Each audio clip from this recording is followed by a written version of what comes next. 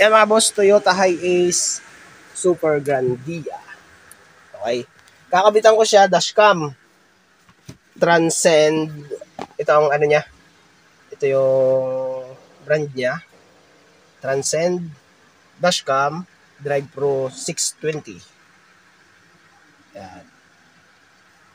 2K resolution na, tama ba? UHD. 1440p. Wi-Fi live streaming. Battery built-in. Wide angle lens. Dual camera. At may memory card na siyang kasama. Dalawa. Tama ba? Pero titingnan ko pa rin kung mayroon nga siyang kasama. Pero sabi dito mayroon eh. So, unbox muna natin. Ito yung camera niya mga boss ay sa loob lang. Sa loob lang ito idinidikit. Hindi siya yung katulad ng regular natin kinakabit na sa labas. Okay? Ito yung sa ano niya. Sa display niya sa unahan. Yan ang camera. May GPS. So, check natin. Lagay muna natin dyan. Ano ang mga kasama niya? Tignan natin. Ayun, meron nga siyang Transcend. Kaya lang 32 gig mga boss. 32 gig lang kasama niya. Tapos ito, holder ng camera sa likod. Okay, lagay natin yun dyan. Tapos meron siyang kasamang cable. USB type. Ito yung medyo maigsi ito. Ito yung sa charger. Holder no display. Yung camera sa unahan. Ito yung charger niya. Dual.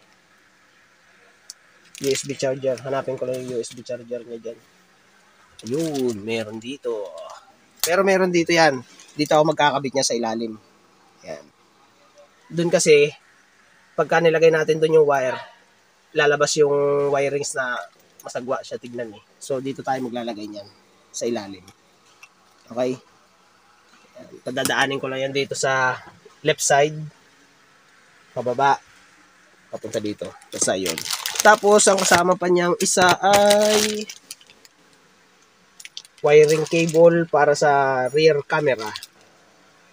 Okay? Ito yung naka-attach din dito sa ano eh. Oo. So, ayun. Ito lang mga kasama niya. Pakita ko sa inyo kung paano i-set up. Ididikit ko na muna yan dun. Okay, dito ko naman ikinabit yan. Dinikit ko lang muna yan. Ang gagawin nyo dyan, nahanapan nyo lang ng pwesto na pagkakabitan.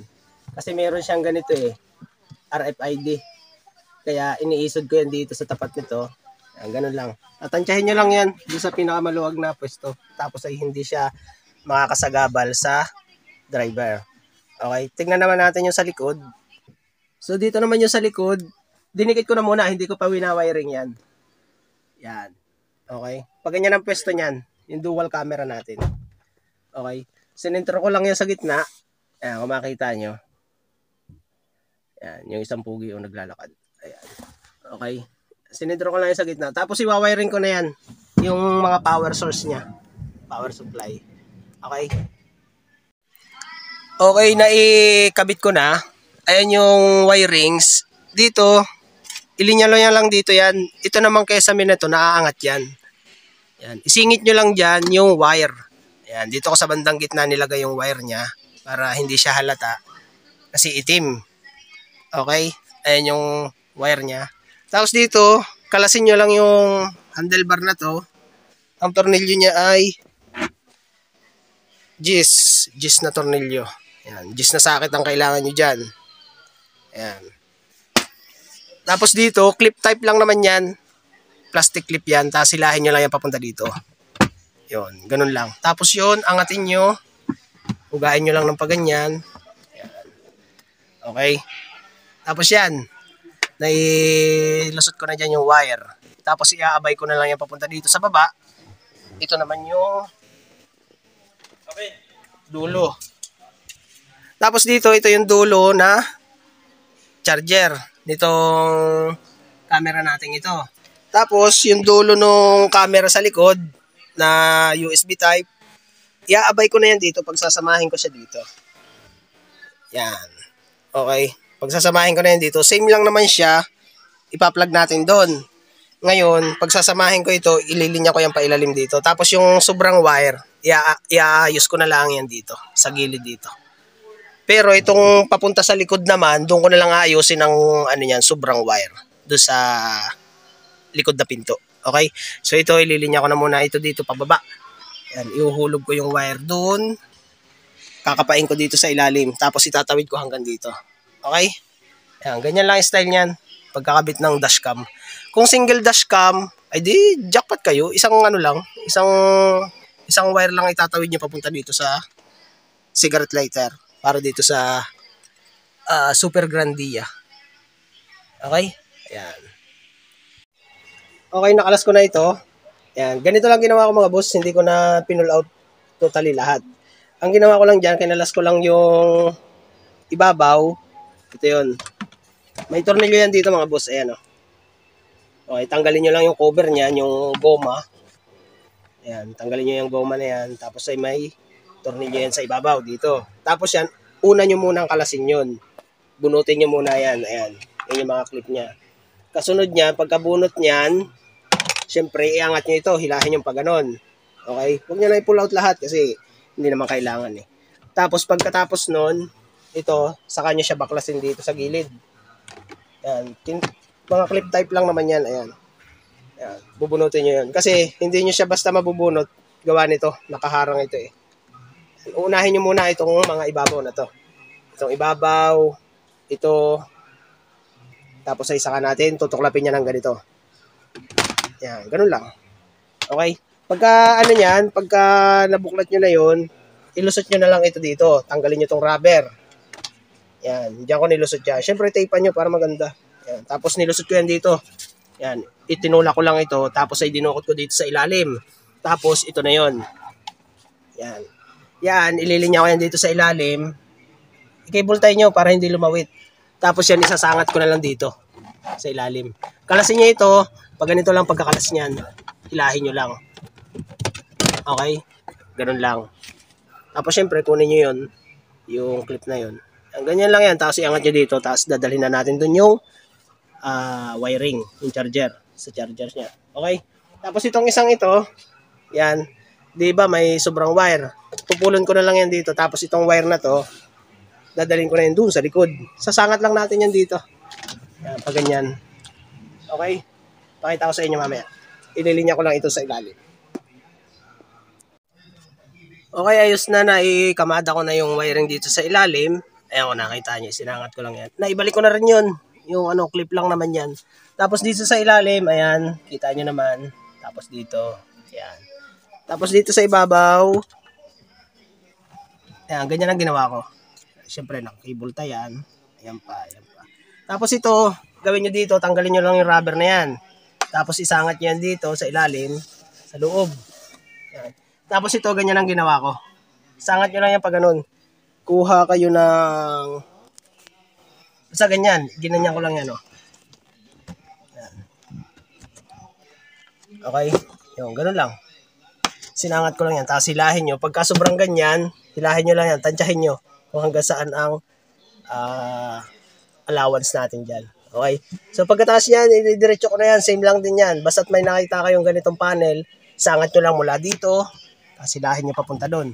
Tapos doon sa cover na yun, papunta doon sa likod. Okay? Lilinya ko na muna ito, basta't ibaba nyo yung rubber, sasangat lang natin yung ganun. Okay? Yan. Okay, nailinya ko na doon sa mga rubber.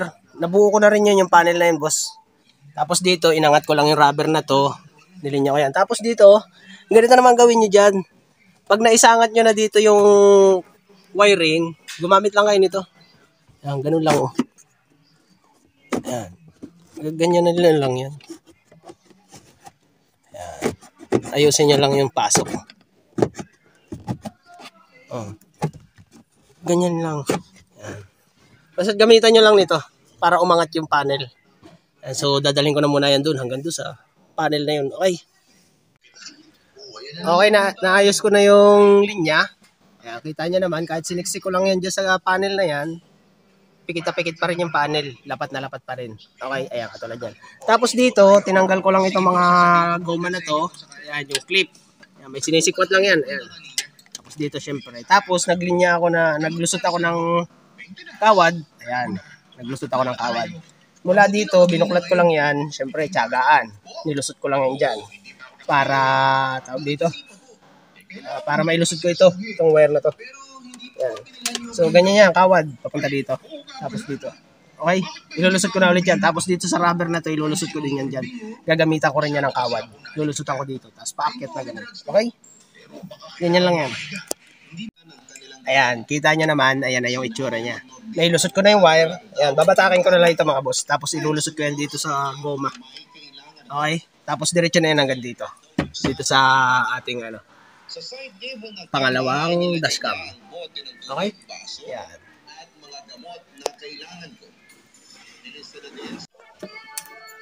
Okay, kinalas ko naman dito.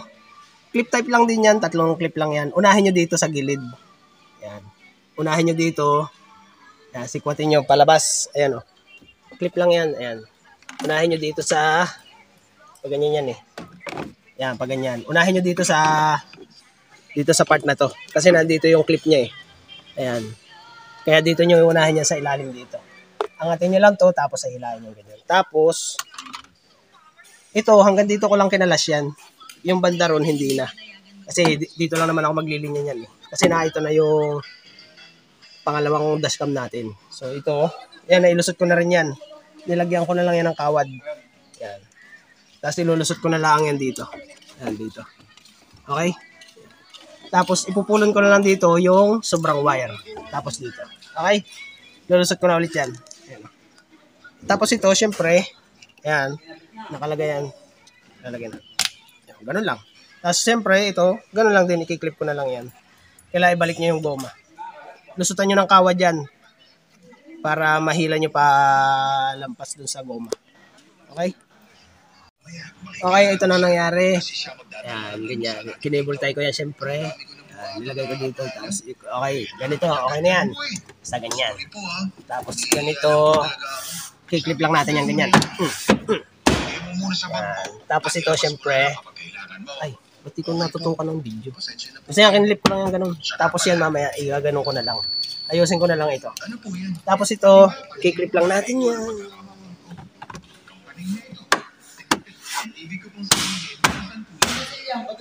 Oh, yan. Okay na. Ganun lang. Okay na lahat. Ika-clip ko na lang dito yung camera. Tapos testing. Okay, so ayos na. Naikabit ko na yan. Ayan, ito yung wirings niya. So, tignan naman natin doon sa unahan. Dito naman sa unahan, okay na din. Ayan.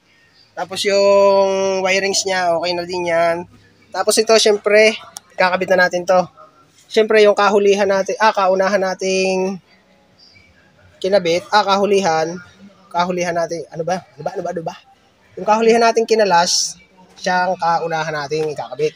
So, ito yon. Itapat nyo lang yung mga butas niya. Yung kahulihan nating kinalas, yan, siya yung uunahin natin. Okay, yun. Tama.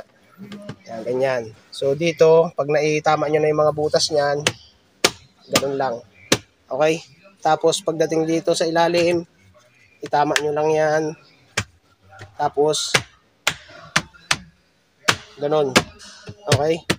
Tapos ito, kahulihan. Ito yung kaunahan nating, kinalas. Siyempre, kahulihan nating ikakabit yan. Yan. Yung ganun. Ang unahin nyo dyan ay ito. Pangalawa ito. Pangatlo ito. Okay? So, yung tornilyo niya na andyan. Ito, tornilyo ko na lang yan. Ayan, oh. Okay, tapos ay testing na. Titestingin na natin yan. Okay, ayos na mga boss. Naikabit ko na lahat. Yung wiring, pati yung rear camera, pati front camera. Ayan yung ating dashcam. Drive Pro 620 Transcend. Okay. So, testing muna tayo. Ayan, testingin na natin. Binuhay ko na. Sa accessories yan, pero ini-on ko na para hindi tunog ng tunog. Okay. So, ito. Yan. Tapos yan, hindi ko lang sa inyo yung wifi ready niya. Yung mag-i-scan pa kasi dyan ng wala dito yung ini-scan. Ayan, yung ini-scan. Yan. Ito yung niya. Ito nga ba yung scan QR code for more information. Nando sa warranty yung niya, yung ini-scan. Mamaya titingnan ko. Yan. So, ganyan. Yung Wi-Fi ready niya. Ito yung pwede mo sa cellphone siya makuha yung ano, yung mga files niya. Bukod dito, pwede ka mag-play dito ng mga files niya. Ay, pwede rin sa cellphone. Yun yung Wi-Fi ready niya. Tapos yan, yung camera niya. Yan. Normal. Snapshot. Okay. Pakita ko lang sa inyo. Doon sa likod naman, kailangan natin ng ano doon, ng application nito para makita natin yung ano, yung ayun yung mga files niya. Para makita doon sa likod yung record. Ito kasi pwede dito makita. Pero yung ano doon, yung sa likod, kailangan na ano. Ito yung video files niya. Ayun o. Yung number 1 video. First video. So, ganyan lang yon. Kailangan natin ang apps dyan.